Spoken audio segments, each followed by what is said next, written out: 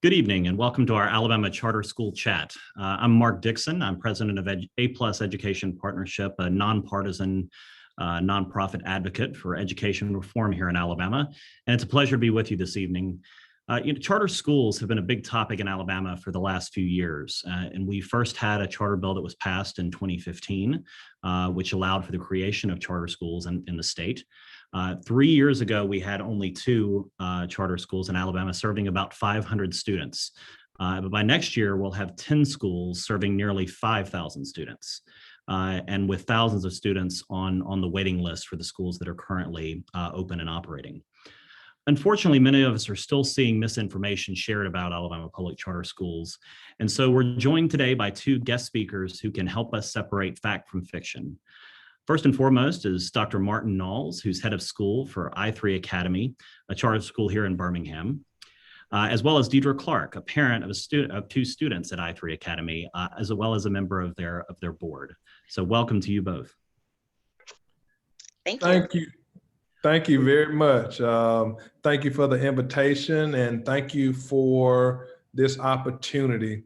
My name is Martin Nalls. I'm the head of school of I3 Academy. We're located in Birmingham, Alabama. We're located in the Woodlawn community. We're about 2 miles from 3 public housing communities. So we did extensive recruiting in public housing. Our goal is to reach the students who have the most need.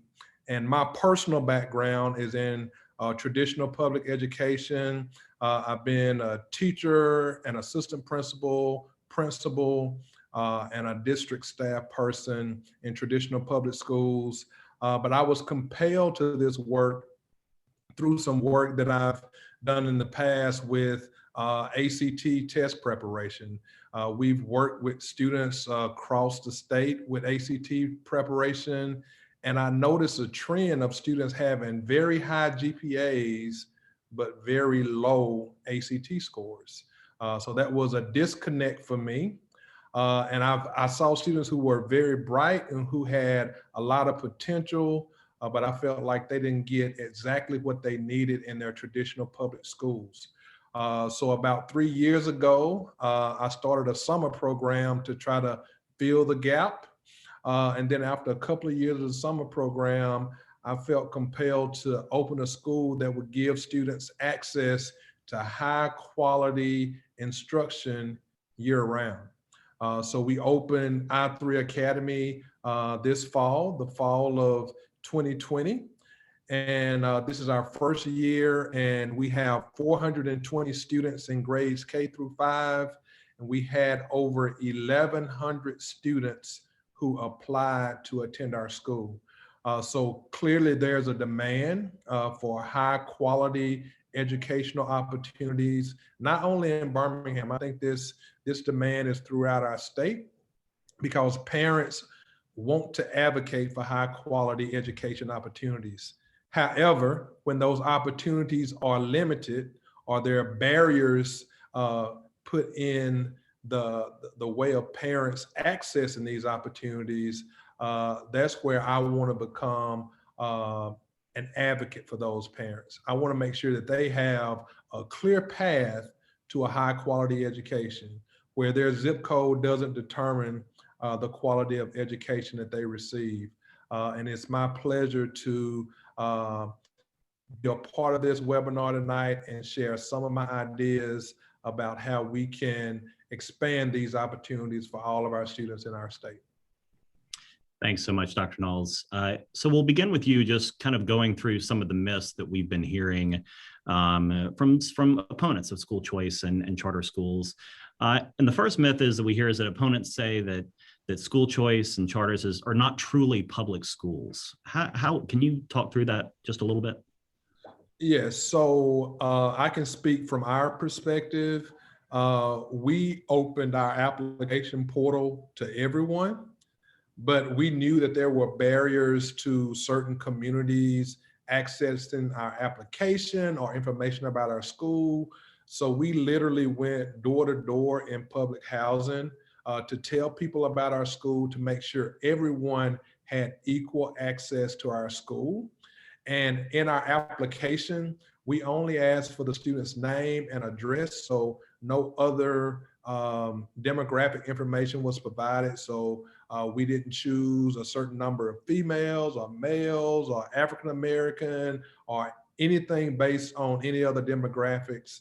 And then once we had our 1,100 applications, it was placed into a random lottery. So it wasn't based on their academic aptitude or athletic ability. It was based on a random selection through our lottery process. So we are truly public. We take any student. We have about 14% of our students have IEPs, so they receive special education services. We have students who receive English as a second language services. So we have a variety of students, and none of our students were chosen based on a unique ability. They were all randomly chosen. Thank you. That's excellent. And I know we have some other information here as well. And I think another key function is that students take all the statewide exams that traditional public school students have to take, as well as all of the state laws for safety and health and as well. So absolutely. So one of the next myths that we see is really, and you touched on this a little bit, is that charter schools pick and choose the students they want to serve. And you just kind of laid out for us that selection process, that it's done by blind lottery, that you don't know anything about the students. And I think that certainly gets to the point where, you're not going recruiting, you're trying to get as many students as you can in school. Is that right? Absolutely, absolutely. And the other part of this, the part that I love the most, is it gives parents an opportunity to choose. So every door that we knocked on did not result in an application, because it's the parents' choice. It's not us forcing them because of their address or anything else. It's our recruiters. I go out and knock on doors, and we give them the information, and then they make an informed decision about, is this the right school for my child? I wish more students throughout our state and more parents had that opportunity to review the facts and then make an informed decision about how they want to proceed with their child's education. Absolutely. So just a couple of things to highlight here, that schools are required to take all the students that attend, as you said, and that you hold a lottery as well. So let's move on to the next myth. It's that charter schools are not accountable to the public. So can you address how I3 is held accountable? Yeah, I will go back to the parents again. If at the end of this school year, if all of our parents decide to take their kids to another school, we close. It's just that simple. We also have accountability to the state charter commission. We have a contract. We have specific benchmarks that we have to reach over the next 5 years. If we don't reach those benchmarks, we close. So if we had this same standard for every public school in the state, we would have several schools close because of their lack of performance. So we're held to a very high standard in terms of our performance expectation, but we're also held accountable by our customers, our parents, our students. If they decide to leave, we close. Yeah, and I think that is I think that they are even more accountable to the public, as you would say, in many cases to traditional public schools, because it is that 3-layer of the parent, but also, the basic accountability system that every public school goes through, plus that charter contract. So there is a lot of accountability built into that system. So great. And then the next myth that we have is that charters don't want students from underserved families. Yeah, and that is the reason why we targeted families who live in public housing, because we didn't want anyone to say that we only wanted students who found us. We wanted to find families who may not have access, families who may have barriers to our school, Because if we put up a billboard, if we have Facebook ads, that's going to reach a certain population, but that's not going to reach everybody. So people who have limited internet access, people who have limited transportation, we want to make sure all of those families have access. And will all those families choose to come to I3? No, they won't choose. All of them won't choose, but they have that option. They have that opportunity to attend our school. Absolutely. And I, just to point out here, and I think it's we're seeing on the screen that charter schools in Alabama do serve a higher percentage of economic disadvantaged students and a higher percentage of students of color as well. So just given the fact that charter school missions in Alabama are really to serve those students that really need it most and need better opportunities. Finally, for our last myth tonight is that Alabama charter schools get more money than district-run traditional public schools. What are your thoughts on that? Actually, that's not true. So we receive state funding, we receive federal funding. As of right now, we don't receive any local funding. And for the Birmingham area, is around $3,500 a student more that we should receive from local funding. So we have to go out and write grants. We have to seek other philanthropic dollars to be able to serve our students with the same amount of dollars that the traditional public school down the street has. So I want to make sure everyone understands that we are committed to giving our students equal access, equal opportunity, whether we have to raise the money or if we can have House Bill 487 passed where we get local funding, but we're fully committed to our families to make sure they have equal opportunity. I think that's so important, and is for the students that attend your school, they have their families pay taxes and help provide for that local funding. And it's really important that local funding that is there to educate that child follows that student to wherever they're educated, whatever public school that may be, whether it's a traditional public or a charter. Absolutely. Well, thank you, Dr. Nalls. This has been very helpful to help us talk through some of these myths. I want to move on to Deidre Clark, who is a parent of two wonderful boys at I3 Academy, and is also a member of that board. And Ms. Clark, I'll just let you introduce yourself briefly, but thank you for being here. Hey, Mark, thank you so much for having me and for the invitation. I appreciate the opportunity to be here with y'all. Dr. Nalls, thank you so much for all that you do for all of our students at I3. It's such a joy to watch and to be a part of. I come to this work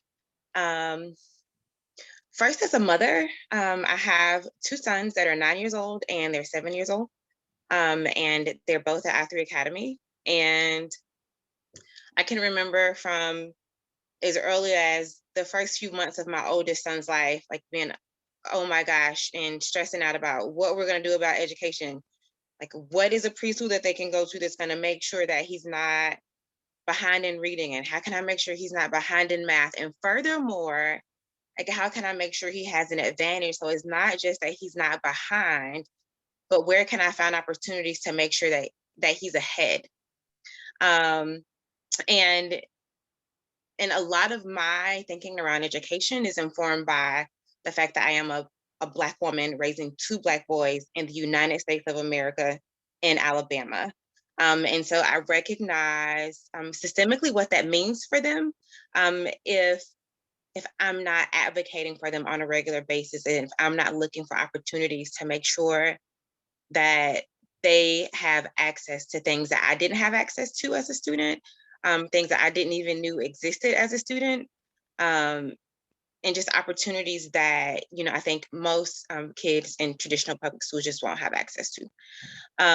So I come to it as a parent first and foremost, but also like just remembering, what it was like for myself to be a student coming up through my school system and going off to college and, fully being unprepared for what that went, and having to embrace that struggle and be persistent and carry on. I just didn't want that for as much as I could. I wanted something different for my children. So I met Dr. Dylan Fernanny, who is the Chief Academic Officer at Act3 Academy. Gee whiz, 7 or 8 years ago, I guess. I was doing some other community work, and occasionally Dylan and I would sit together and just dream about what school could be like. Like, oh my gosh, wouldn't it be so cool if there was a school that insert my dream here? And so one of those things was my oldest son is Nehemiah.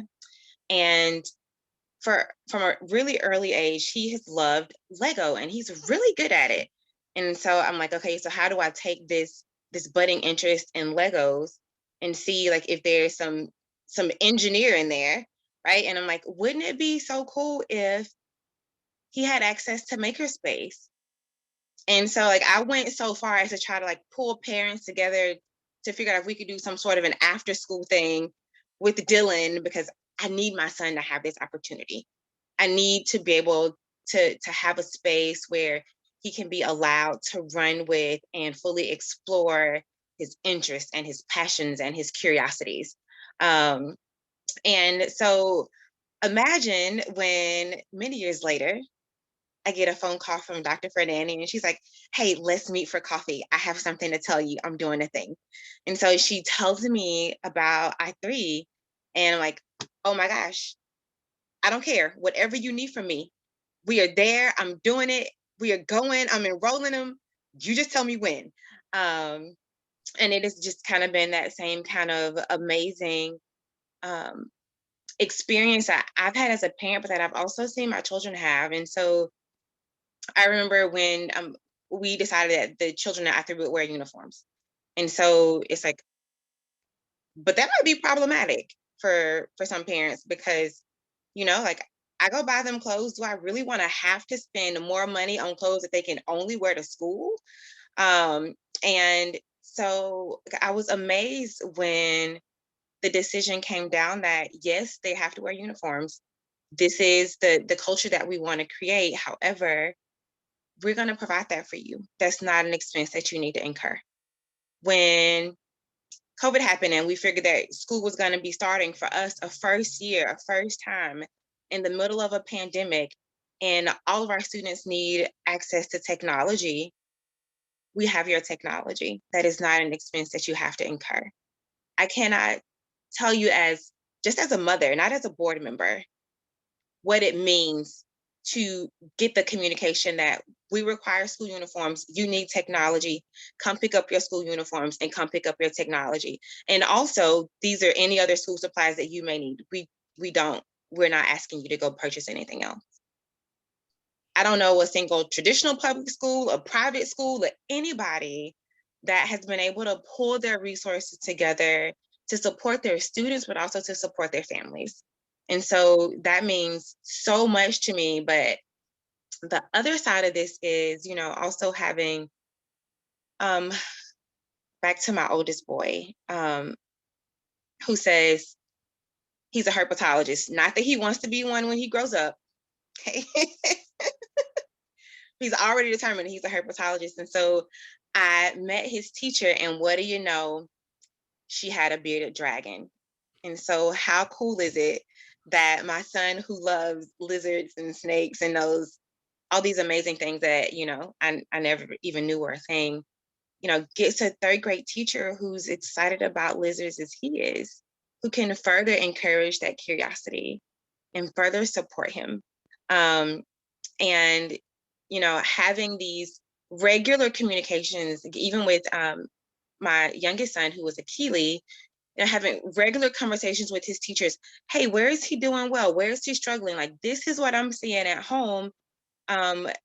What is your opinion as a professional?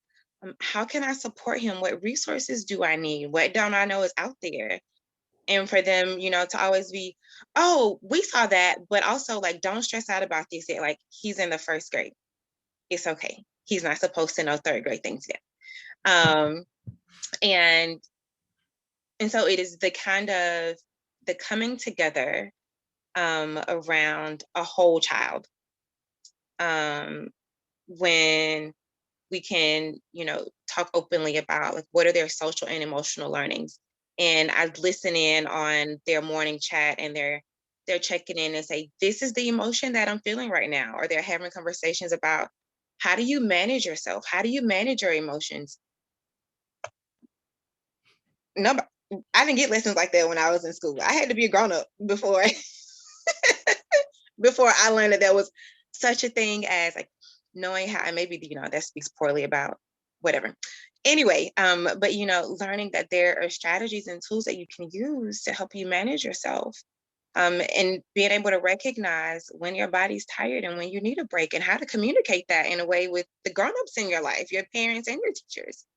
And so I could go on forever and ever and ever about all the things that I love, but it's been such a beautiful experience, and it's been such a joy to be both a parent, but also a board member, and to be able to hold and nurture this vision alongside Dr. Nalls and Dr. Fernani and all of the other faculty and staff at I3. They make me so happy, and I'm so proud to be a parent, and I'm so glad that my sons have the opportunities that they have because they attend school at I3 Academy. I think that's all I got. Thanks, Ms. Clark. I just had one question. How do your sons describe school when they talk about it? Oh man, that's a really good question. So I will normally ask them, was today a good day, and what was your favorite part? And their favorite part is almost always coming back to some part in their day. And this is not directly tied to education. Like, this isn't tied to, oh, I learned this lesson in math, that was cool. Like, they're finding ways to engage them and to engage their interest, just where they are. And some days they say school is hard.